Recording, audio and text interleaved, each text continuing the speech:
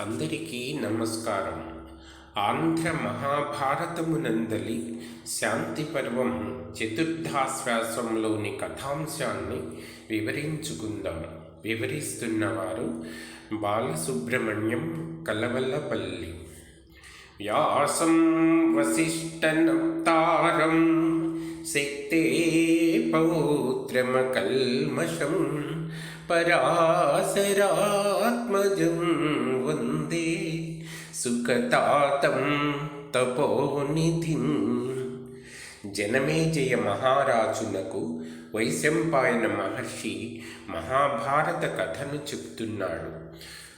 ఓ జనమేజయ మహారాజా, అంపశయ్య మీద ఉన్న భీష్ముడు ధర్మరాజుకు ధర్మ సూక్ష్మాలను వివరిస్తూ ఉంటే ధర్మరాజు తనకు కలిగే సందేహాలన్నీ ఆ పితామహుని అడిగి తెలుసుకుంటూ ఉన్నాడు. ఆ సందర్భంలో ధర్మరాజు, పితామహ, కొంతమంది యజ్ఞాలు చేసే సమయంలో వ్రతము మధ్యలో భోజనం చేసిన వ్రతభంగము కాదా అని అడిగాడు. భీష్ముడు సమాధానం చెప్తూ, కుమారా, బ్రాహ్మణుని కోరిక ప్రకారం చేయు భోజనం వేదోక్త ప్రకారం చేయు భోజనం వల్ల వ్రతభంగం కాదు. కానీ ఎల్లవేళలా ఉపవసించడం, సదా బ్రహ్మచర్యం పాటించడం, మాంసభక్షణ చేయకపోవడం, దేవతలను పూజించి తృప్తిపరచిన తరువాత భుజించిన అమృత సమానమైన భోజనం చేసిన కలత నిద్ర లేకుండా ఉండుట మంచి లక్షణాలు. వాటి స్వరూపం వివరిస్తాను. రోజుకు 2 మార్లు మాత్రమే భుజించి మధ్యలో ఏమీ తినకుండా ఉన్నవాడు సదా ఉపవాసి. సంతానార్థమై ఋతుకాలంలో మాత్రమే భార్యతో కూడినవాడు సదా బ్రహ్మచారి. మాంసాహారమైన పితరులకు, దేవతలకు, అతిథులకు పెట్టి భుజించేవాడు మాంసాహారి కాడు. సహపంక్తి భోజనం చేసేవాడు దేవతలను, పితృదేవతలను, అతిథులను తృప్తిపరచిన తరువాత భుజించిన వానితో సమానం. సేవకులకు పెట్టిన తరువాత భుజించేవాడు తినే అన్నం అమృతంతో సమానం. పగలు నిద్రపోనివాడు కలత నిద్రపోని వాడితో సమానం అని భీష్ముడు చెప్పాడు. అప్పుడు ధర్మరాజు, పితామహ, నరుడు చేసే కర్మలకు అతని పూర్వజన్మ సుకృతాన్ని అనుసరించి సుఖ దుఃఖములు, శుభాశుభములు ఉంటాయి కదా. ఆ కర్మల కర్త అతడేనా కాదా అని నా అనుమానం, వివరించండి అని అడిగాడు. అందుకు భీష్ముడు, ధర్మనందన, ఒకసారి ఇంద్రునికి ప్రహ్లాదునికి మధ్య జరిగిన సంవాదాన్ని వినిపిస్తాను. నీ సందేహం తీరుతుంది. సత్వగుణ సంపన్నుడు, ఎల్లప్పుడూ సంయమనం పాటించేవాడు, అహంకారం లేనివాడు, కోపమంటే తెలియనివాడు, నిందను స్తుతిని సమానంగా పరిగణించేవాడు, ఇనుమును బంగారమును సమానంగా విలువ కట్టేవాడు అయిన ప్రహ్లాదుడు తన మందిరంలో కూర్చుని ఉండగా ఇంద్రుడు అతని అంతరంగం తెలుసుకోవాలని అక్కడకు వచ్చి, ప్రహ్లాద, నీవు సంపద లేకున్నా దుఃఖించవు, శత్రువుల చేతికి చిక్కుతానన్న భయం లేదు, అసలు ఏమీ చెయ్యవు, ఇంతటి బేలగా ఉంటే ఎలా అని అడిగాడు. అప్పుడు ప్రహ్లాదుడు, ఇంద్ర, కలిమి లేమి పక్కపక్కనే ఉంటాయి. సంపదలు ప్రయత్నిస్తే వస్తాయి, లేకున్నా రావు అనుకోవడం నీ బేలతనమే.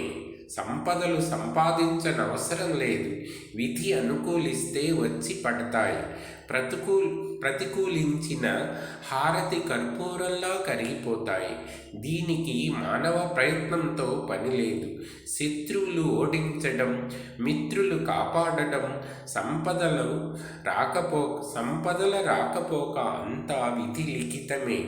మానవుని మనస్సును అనుసరించి భావాలు పుడతాయి, పోతాయి. చంచలమైన మనస్సులోని భావాలు చంచలమైనవే అని తెలుసుకొని మనస్సును నిగ్రహించాలి. తన పనులన్నిటికీ తానే కర్తను అనుకోవడం అవివేకం. అలా అయితే మానవులు చేసే కర్మలన్నిటికీ సమఫలితాలు ఉండాలి కదా. అఖిల కర్మలకు కర్త ఆ పరమేశ్వరుడే కానీ మానవుడు కాదు. తాను చేసే కర్మలకు తానే కర్తను అన్న అహంకారంతో కర్మలు చేసేవాడికి కర్మఫలం అంటుకుంటుంది. ఫలాపేక్ష లేక కర్మలను చేస్తూ సుఖ దుఃఖాలకు లోను కాక మనసు నిలకడగా ఉంచుకున్నవాడు మహనీయుడు.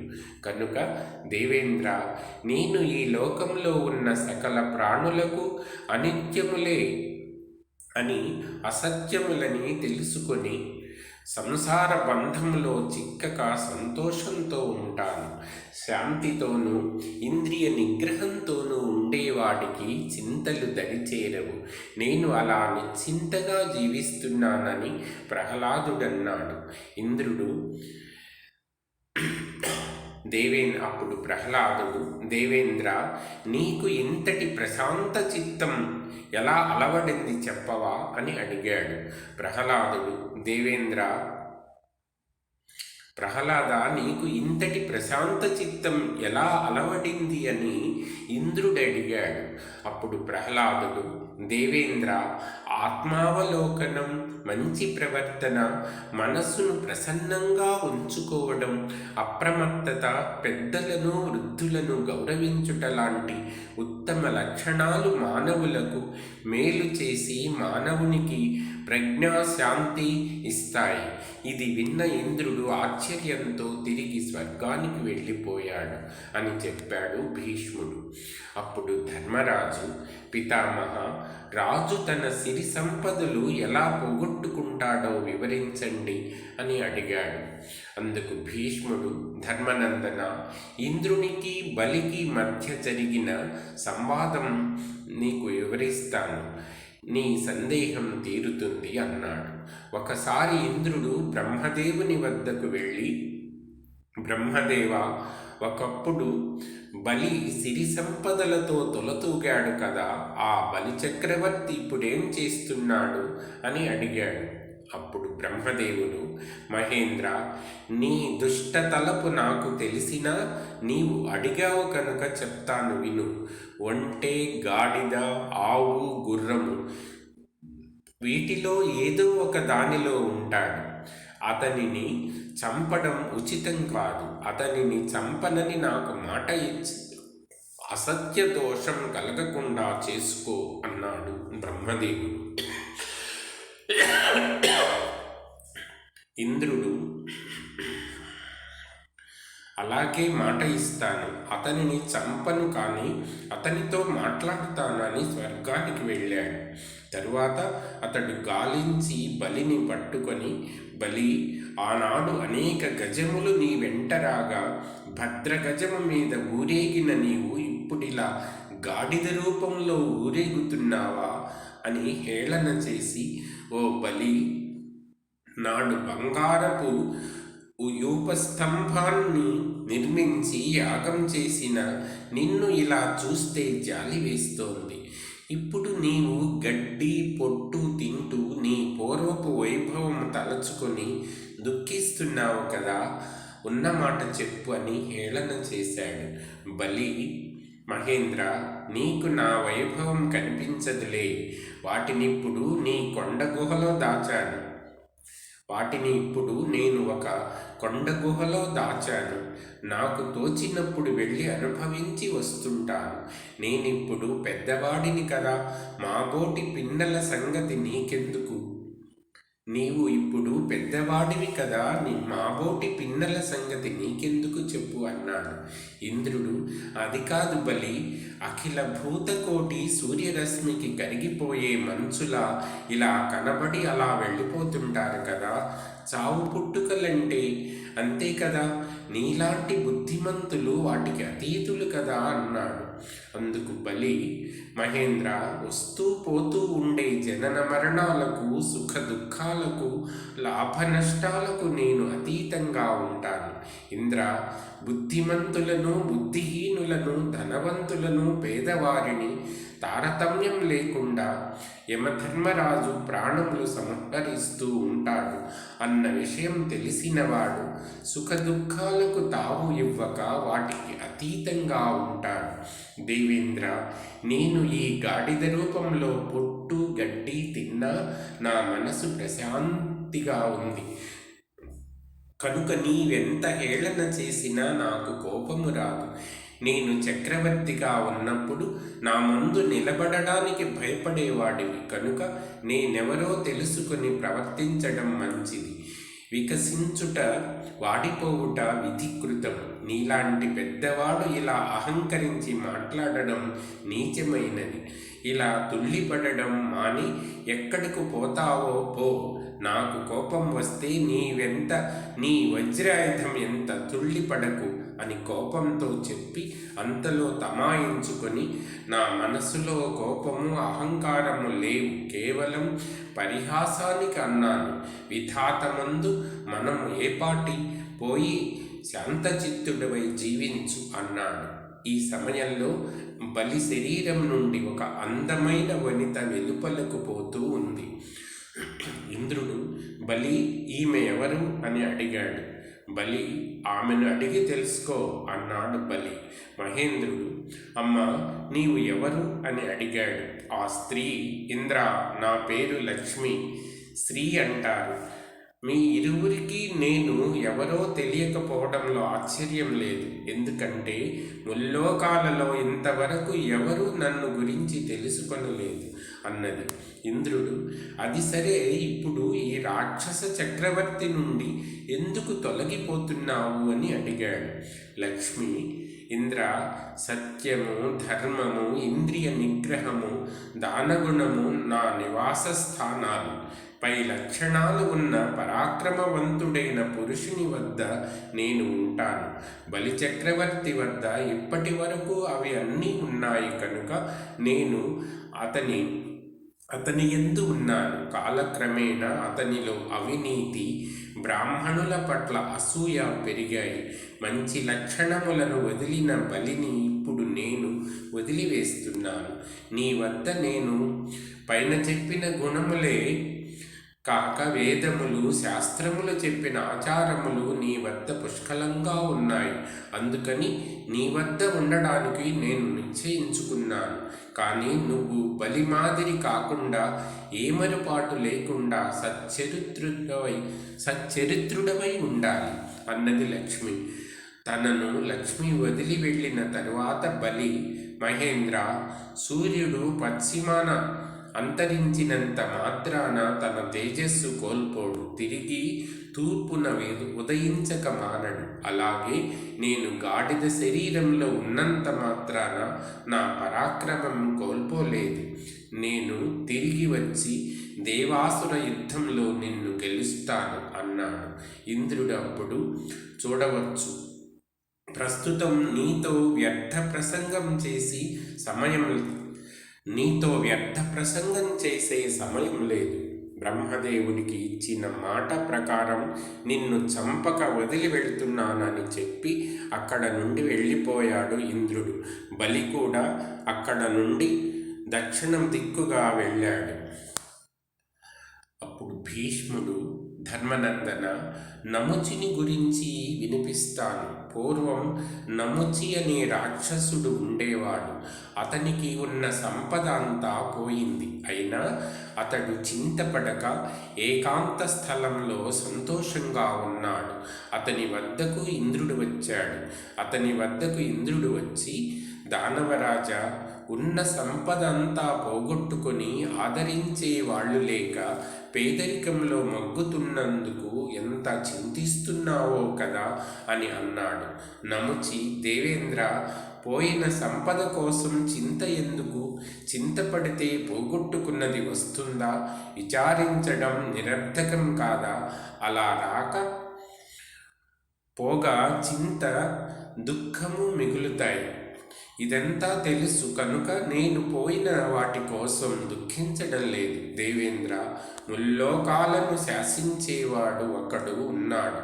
నీరు పల్లమునకు పారినట్లు మనము కోరుకున్నవన్నీ మన వద్దకు వస్తాయి. అయినా ఇది నాకు జరగవలసినది, అందుకే ఇలా జరిగింది అనుకుంటే దిగులు, చింత, సంతోషం, ఆనందం ఎందుకు వస్తాయి అన్నాడు. మనకు ప్రాప్తం లేని దానిని మనం మన పరాక్రమంతోనూ, ధైర్యంతోనూ, వీరత్వంతోనూ, ప్రజ్ఞతోనూ, శౌర్యంతోనూ సాధించలేము. ఈ విషయం తెలుసుకున్న బుద్ధిమంతుడు ఈ విషయం ఎరిగి లేని దాని కొరకు చింతించడు. దేవేంద్ర, మేలు కీడు అనేవి మనం కోరుకుంటే రావు, వద్దంటే పోవు. కనుక వాటి కోసం ఆరాటపడడం తగదు అన్నాడు.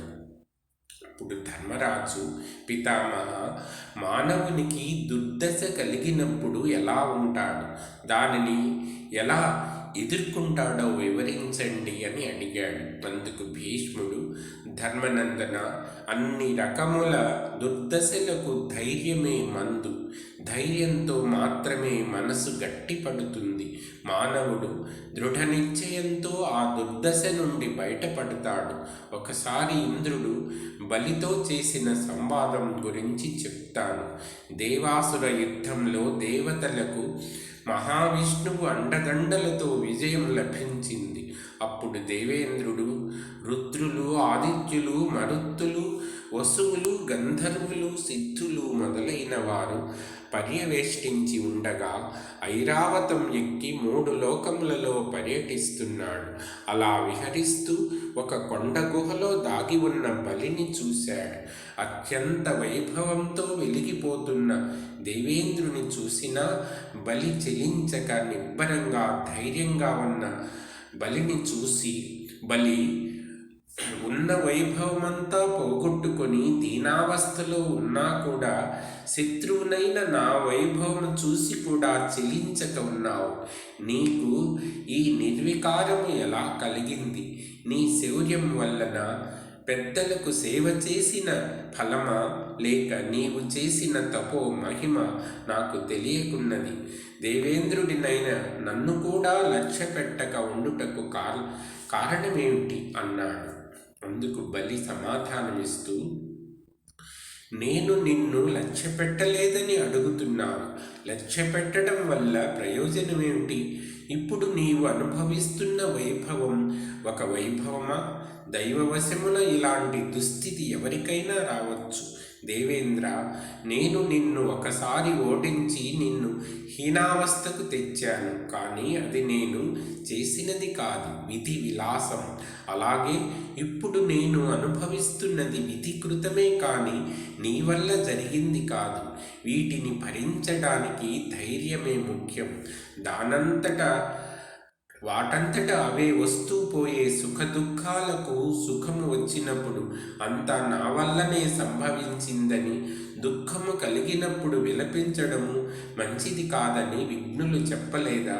స్నేహితులు, బంధువులు, ఐశ్వర్యము, కీర్తి ప్రతిష్టలు ఎన్ని ఉన్నా మానవునికి కలిగే దుర్దశను నివారించలేరు. అది ఎరిగిన కాలవశమున ఐశ్వర్యము, దారిద్ర్యము వస్తూ పోతూ ఉంటాయని అర్థం అవుతుంది. ఒకప్పుడు నా కాలం కలిసి వచ్చింది, నేను నిన్ను ఓడించాను. ఇప్పుడు నీ కాలం కలిసి వచ్చి నీవు నన్ను ఓడించావు. కనుక నీ ఈ శుభాశుభములకు కాలమే కర్త అని తెలియలేదా దేవేంద్ర? నీకు నాకు మధ్య ఉన్న శత్రుత్వము కాలవశాన వచ్చినదే. ప్రస్తుతం నా కాలం బాగాలేదు కనుక నేను ఇప్పుడు నిన్ను ఎదిరించలేను. నీ మీద కోపము రాలేదు. నాకు లీలామాత్రంగా కోపం వచ్చినా చాలు, నిన్ను నీ గర్వాన్ని ఎడమ చేతితో కాల్చగలను. నీకు విజయ గర్వం తలకెక్కింది కనుక కింద మీద తెలియక ప్రవర్తిస్తున్నావు. నీవు ప్రాభవము చెందే కాలం సమీపంలోనే ఉంది. ప్రస్తుతము నీవు నీవు పతనం చెందే కాలం సమీపంలోనే ఉంది. ప్రస్తుతం నీవు ఇంద్రుడివి. నీకు ముందు ఎందరో ఇంద్రులు రాలేదా, పోలేదా? ఇంద్రులే కాదు, బ్రహ్మలు కూడా వస్తూ ఉంటారు, పోతూ ఉంటారు. కాలం గడిచే కొద్దీ ఇంద్రులు, బ్రహ్మలు వస్తూ పోతున్నప్పుడు ఒక దానవుడు ఓటమి చెందిన ఆశ్చర్యం ఏముంది? దీనికి నీవు నిందించవలసిన పని లేదు. యజ్ఞ యాగములు, వ్రతములు, పూజలు చేయడం, మంచి నడవడి కలిగి ఉండడం, పతనం కావడం కాలమహిమే అన్నాడు బలి. ఇంద్రుడు కొంత తొట్టుపడి దానిని దాచుకొని, ఇంత హీన స్థితిలో కూడా నీ ధైర్యము, వివేకము, వినయము తగ్గలేదు. ఇందుకు కారణమైన నిష్ఠ ఏమిటో చెప్తావా అని అడిగాడు. బలి సమాధానమిస్తూ, దేవేంద్ర, ఎంత వెర్రివాడివయ్యా! నేను ధైర్యము, వినయము, వివేకము, శాంతి నేను ఎక్కడి నుండి తీసుకురాలేదు. అవి నాలో స్వతసిద్ధంగా ఏర్పడ్డాయి. మానవులకు కలిగే మహాదశలు, దుర్దశలు కాలవశాన వచ్చేవే. ఈ కాలము నదీ ప్రవాహం లాంటిది. నది కొంచెం కొంచెంగా కొండను కూడా ఎలా కోస్తూ తుదకు నామరూపాలు లేకుండా ఎలా చేస్తుందో, అలాగే కాలం మనిషిలోని లోభ, క్రోధ, కామములను పడవేసి క్రమంగా సమూలంగా నాశనం చేస్తుంది. అజ్ఞాని దీనిని తెలుసుకొనక ఇప్పటి వరకు బాగా ఉన్నవాడికి ఇంతటి దుర్దశ ఎలా దాపురించింది అని ఆశ్చర్యపడతాడే కానీ ఎప్పుడో తనకు దుర్దశ ప్రాప్తిస్తుందని తెలుసుకోలేడు. దేవేంద్ర, భావము లేక అత్యుత్తమ తపస్సు చేసేవాడికి కాలగతిలో కలిగే మార్పులు కరతలామలకంగా శోభిస్తాయి. అలా కాలగతిని సాక్షిగా చూస్తున్నప్పుడు మనసుకు శాంతి లభిస్తుంది. తాను ఆత్మే కానీ శరీరం కాదు. కాలగతిలో కలిగే కష్ట సుఖాలు శరీరానికే గాని ఆత్మకు కాదు అన్న విజ్ఞానం కలుగుతుంది అని బలి పలికాడు. బలికి కలిగిన మానసిక పరిపక్వానికి అచ్చెరువందిన ఇంద్రుడు, రాక్షసరాజా, ఈ ప్రకారంగా కాలగతిని తెలుసుకుని పవిత్రమైన శీలంతో వెలుగొందుతున్నావు. నీ శీలము ఈ లోకంలో ఎందరికో ఆదర్శం. ఈ లోకమంతా నీ అరచేతిలో దర్శిస్తూ త్రిగుణాతీతుడవై, నిర్గుణుడవై వెలుగుతూ ఆత్మావలోకనం చేసుకున్నావు. నీకు నువ్వే సాటి. అతి త్వరలో నీకు కలిగిన దుర్దశ తొలగి నీకు మేలు కలిగి సకల సుఖములు పొందగలుగుతావు అని పలికి అక్కడ నుండి వెళ్ళిపోయాడు ఇంద్రుడు. అమృతోపమానమైన బలి పలుకులు దేవేంద్రుడికి అమృతం కంటే రుచిగా అనిపించి ఆనందింపచేశాయి అని భీష్ముడు ధర్మరాజుకు చెప్పాడు. ఇంతటితో శాంతి పర్వం చతుర్థాశ్వాసం పూర్తి అయింది. స్వస్తి. ధన్యవాదములు.